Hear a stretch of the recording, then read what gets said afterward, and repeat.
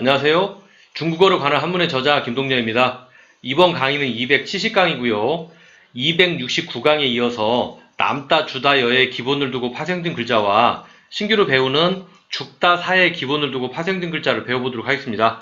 남다, 주다, 여는 앞에 269강에서 한번 설명을 드렸기 때문에 생략하고 넘어가도록 하겠습니다. 자, 첫 번째 글자는 길, 방법, 도, 그리고 두 번째 글자는 진흙, 도입니다. 길, 방법, 도, 남다, 주다, 여, 음이 여에서 무엇으로 바뀌었다? 여에서 음이 도로 바뀌었다. 자, 그래서 음은 일단 도입니다. 한문에서는 이렇게 한글적인 의미에서는 거의 비슷하지 않게 음이 변하는 경우도 있습니다. 그리고 뜻을 나타내는 방법은 왼쪽에 있습니다. 여기 같은 경우에는 왼쪽에 가다 지자가 붙었는데요. 자, 간다는 것은 어디로 가죠? 길을 간다는 거죠. 근데 우리가 사람이 다니는 길을 얘기하기도 하지만 어떤 방법을 알려달라고 할 때 길을 좀 알려주시죠. 제가 어떻게 하면 되겠습니까? 제가 가야 할 길을 좀 알려주세요. 할 때 길이 걸어가는 길이 아니고 방법을 물어보는 길도 있죠. 언어적인 어떤 방법인데요. 길이 곧 어떤 의미로 바뀌었다? 방법으로 바뀌었다. 그래서 길과 방법은 서로 상통하는 언어적인 화법입니다.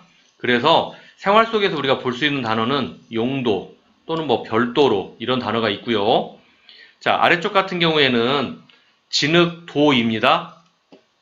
진흙이라는 것은 물과 흙을 버물려 놓은 것이 진흙이죠. 그래서 여기에 보면 자, 삼수변 물과 흙토자가 이렇게 버물러진 거, 그것이 뭐다? 진흙입니다. 나머지 부분은 남다, 주다, 여인데요. 위와 마찬가지로 남다, 주다, 여의 음이 무엇으로 바뀌었다?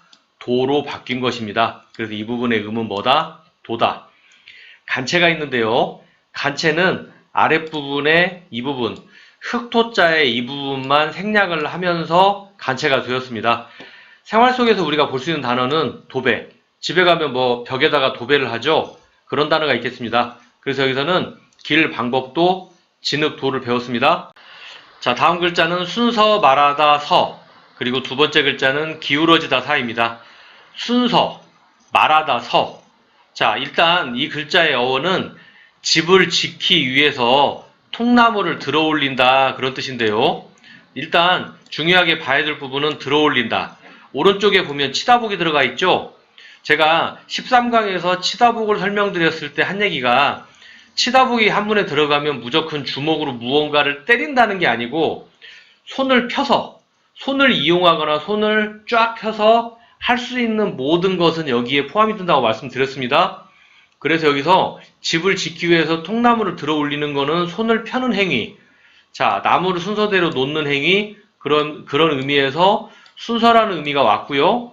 그 다음에 우리가 연설하거나 웅변을 할 때, 강조할 때 양손을 위로 들어 올리죠. 그런다고 해서 어떤 것을 말한다는 의미로도 사용을 하게 됩니다. 그래서 우리가 뭐뭐뭐에 대해서 서술하시오. 학교 다닐 때 시험 보면 뭐뭐뭐에 대해서 서술하시오. 이런 말 하죠. 그래서 서술이라는 단어의 서자로 쓰이기도 합니다. 그리고 남다, 주다, 여가 음이 세월이 지나면서 뭘로 바뀌었다? 서로 바뀌었다. 이 글자에는 간체가 있는데요. 간체는 여기에 이 윗부분만 생략을 한 형태로 오른손 또 우가 여기에 이렇게 들어가면 간체가 되겠습니다. 그리고 아래쪽에는 기울어지다, 사. 일단 기울어지다, 사에 생활 속에서 쓰이는 단어를 보자면 경사면, 경사로는 언덕배기가 이렇게 쭉 내려가는 데가 경사로죠. 그 다음에 사시, 눈동자가 좀 삐뚤어진 사람 보고 사시라고 하죠. 자, 기울어지다, 사. 여기 오른쪽에 붙어 있는 거는 말두입니다. 말이라는 것은 우리가 한 말, 두 말. 지금은 우리가 킬로그램이나 그램으로 사용하지만 옛날에는 말이라는 단어가 있었습니다. 그래서 198강에서 무게를 재는 단위라고 말씀드렸고요. 자, 무게를 재는데 어느 쪽으로 기울어질까요? 무거운 쪽으로, 한쪽으로 기울어지겠죠? 그래서 무게를 재는 단위가 무거운 쪽으로 기울어진다라는 의미에서 기울어진다, 이런 의미로 보시면 되겠습니다. 음을 나타내는 부분은 남다, 주다, 여에 있는데요. 이 여가 세월이 지나면서 뭘로 바뀌었다? 사로 바뀌었다. 그래서 음은 뭐다? 사이다. 뜻을 나타내는 부분은 뭐다? 말두에서 기울어지다 사. 자, 그래서 여기서 순서 말하다 서, 기울어지다 사를 배웠습니다. 자, 다음 글자는 우리가 죽다 사의 기본을 두고 파생된 글자들을 배워보겠습니다. 죽다 삽자는 우리가 115강에서 배운 적이 있습니다. 여기에 보면 죽을사변, 우리가 7강에서 배웠던 죽을사변자와 그 다음에 오른쪽에 비수비가 붙어 있죠. 자, 서 있는 사람. 자, 비수비는 숟가락이나 또는 짧은 칼이 비수죠. 그런 의미도 있지만 원래 어원은 그냥 서 있는 사람이라고 말씀을 드렸었습니다. 자, 여기에는 사람, 어떤 사람, 죽은 사람, 어디에 누워있다. 자, 땅 밑에 누워있다고 보시면 되겠습니다. 그래서 여기서 보면 이게 땅이죠. 그림에도 보면 이게 땅인데 글자에도 보면 윗부분에 이렇게 땅이 보이고요. 어떤 사람이다? 죽은 사람이다. 그래서 왼쪽에 보면 죽을사변, 죽은 사람. 그래서 죽다 사가 됩니다. 관련 글자를 배워보도록 하겠습니다. 자, 첫 번째 글자는 장사 지내다 장. 그리고 두 번째 글자는 더럽다 장입니다. 장사 지내다 장. 글자가 굉장히 복잡하죠? 하지만 잘 뜯어보면 그렇게 어렵지 않습니다. 안쪽에 보면 죽다 사가 들어있죠? 자, 죽다 사자를 제외한 부분을 보자면 위쪽에는 풀초자가 들어있습니다. 풀초자가 있고 아랫부분에는 뭐가 들어있다? 자, 받들다 공자가 들어있습니다. 풀초는 우리가 3강에서 배웠고 받들다 공은 27강에서 배웠습니다. 자, 죽다사 방금 전에 설명한 그림과 똑같은데요. 일단 옆으로 지나가는 이 선은 일단 땅입니다. 그리고 땅 위에 뭐가 올라와 있죠? 그렇습니다. 이렇게 풀들이 올라와 있죠.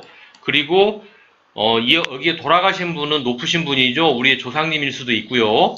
그래서 이 조상님을 이 묘지에 이렇게 모셨다. 받든다는 거는 모신다는 의미와 관련이 되죠. 그래서 풀, 그 다음에 죽은 사람, 받든다. 이거의 합자인 겁니다. 우리가 장례식장에서 요새는 장례를 많이 치르죠. 그 장례식장 할 때 왼쪽에 쓰는 장자가 장사 지내다 장자입니다. 그리고 아래쪽에는 더럽다 장자가 있는데요. 방금 전에 우리가 배웠던 장사 지내다 장. 일단 장사 지내다 장. 오른쪽에 이 글자가 그대로 들어있기 때문에 음은 뭐다? 장이다. 자, 뜻을 나타내는 부분은 왼쪽에 있는데요.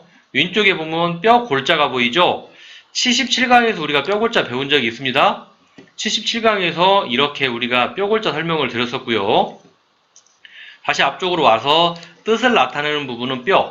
뼈가 되기까지는 살이 썩어야 되죠. 썩어가는 과정에서는 벌레가 낄 수도 있고 부패가 될 수도 있기 때문에 더럽다는 의미는 뼈가 될 때까지는 더럽다. 그런 뜻입니다. 일단 음은 뭐다? 장. 장사진에서 장에서 왔다. 장. 자, 이 글자에는 간체가 있는데요. 간체는 돌아가신 분은 땅이 집이죠. 그렇게 보시면 좀 이해가 빠를 것 같은데요. 여기에 보면 집 엄자. 어디가 집이다? 땅이 집이다. 돌아가신 분은. 왼쪽에 달월자가 있는데 달월자는 우리가 한문의 다른 글자와 결합을 해서 우리 몸, 고기 이런 뜻이라고 말씀드렸습니다. 그래서 살이 썩어간다. 그리고 돌아가시는 분은 땅이 집이다. 이렇게 보시면 되겠습니다. 그래서 여기서 장사 지내다 장, 더럽다 장을 배웠습니다. 자, 그래서 우리가 270강에서 남다 주다여와 죽다 사의 기본을 두고 파생된 글자를 배웠습니다. 이번 강의는 여기서 마치도록 하겠습니다. 다음 강의 듣도록 하겠습니다. 감사합니다.